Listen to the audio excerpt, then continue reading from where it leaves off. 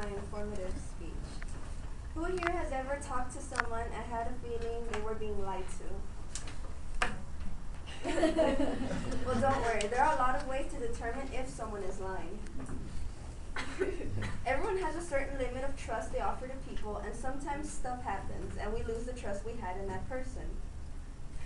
As someone who was pretty gullible and too trustworthy in the past, and even a little now, I have been lied to as much as anyone else has, and it really is frustrating trying to distinguish the lies from the truth, which is why it is so handy to know this. By learning about how to tell when a person is lying, people can save time when talking to people instead of believing something that isn't likely to be true. First, I will talk about the history of lie detecting.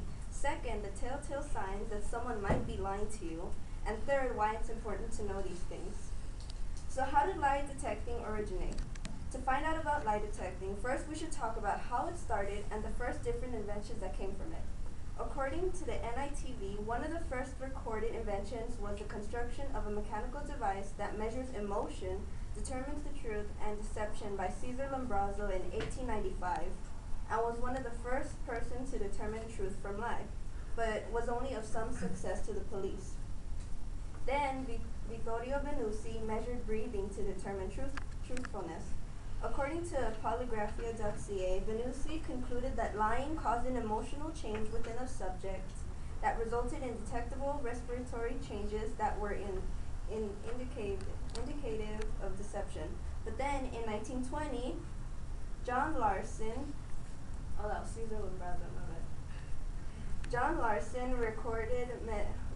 measured both blood pressure and breathing. He named it the polygraph, and it was used extensively and with much success in criminal investigations.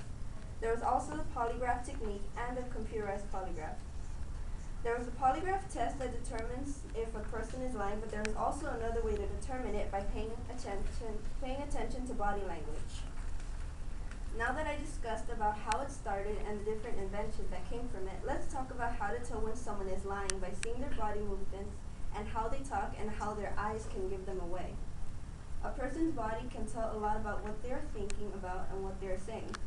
According to Blifilo.com, published on April 10, 2013, there are many signs that can most likely show someone is lying. For instance, if a person's physical expression can be limited and stiff, and they won't move their hands or arms much, they might be lying. Or they can force a smile. Or they can force a smile instead of having an actual smile. A forced smile only moves the muscles around the mouth. But a genuine smile will get you crow's feet, wrinkles, and squished eyes. Another telltale reaction is the reaction they give. If the guilty person gets defensive, is uncomfortable facing their accuser, or might unconsciously put objects between you and them, they might be lying. But sometimes it's the eyes that give you away.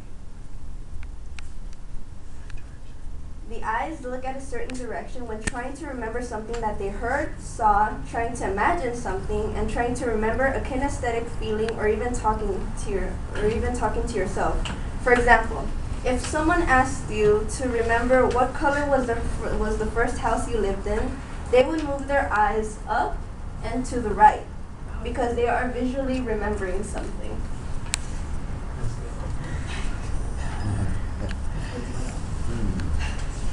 Now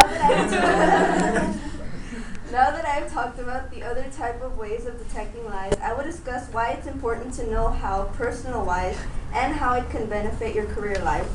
So why is it important to know this? It's important to know how this can affect your personal life. As young adults, we do not have a lot of time to waste on people that lie. Although some lies would be seen as good lies when they protect other people, that's not worth it. But it's better to be the person that knows when someone is lying, so you know that your time isn't being wasted.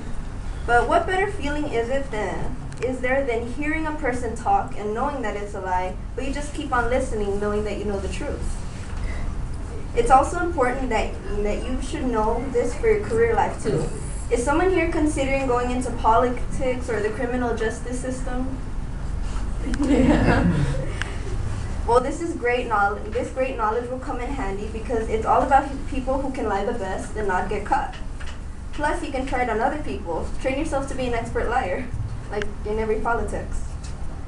Now that we know why it's important to know this knowledge for our personal and career lives, let's finish this long speech. By learning who is lying to us and who isn't, we can help save time and not waste it on people who lie on us.